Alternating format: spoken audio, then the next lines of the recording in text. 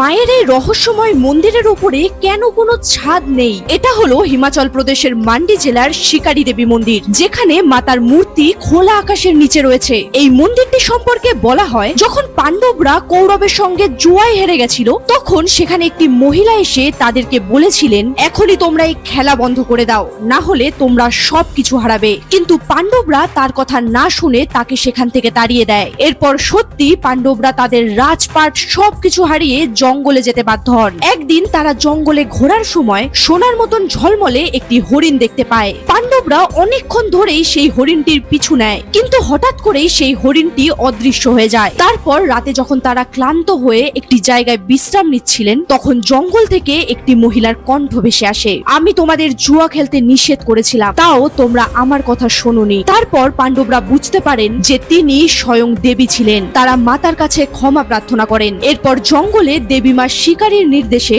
সেখানে একটি মন্দির নির্মাণ করেন, আর সেই মন্দিরে কোনো ছাদ তৈরি করা হয়নি। বিশ্বাস করা হয় মা শিকারী খোলা আকাশের নিচে থাকতে পছন্দ করেন।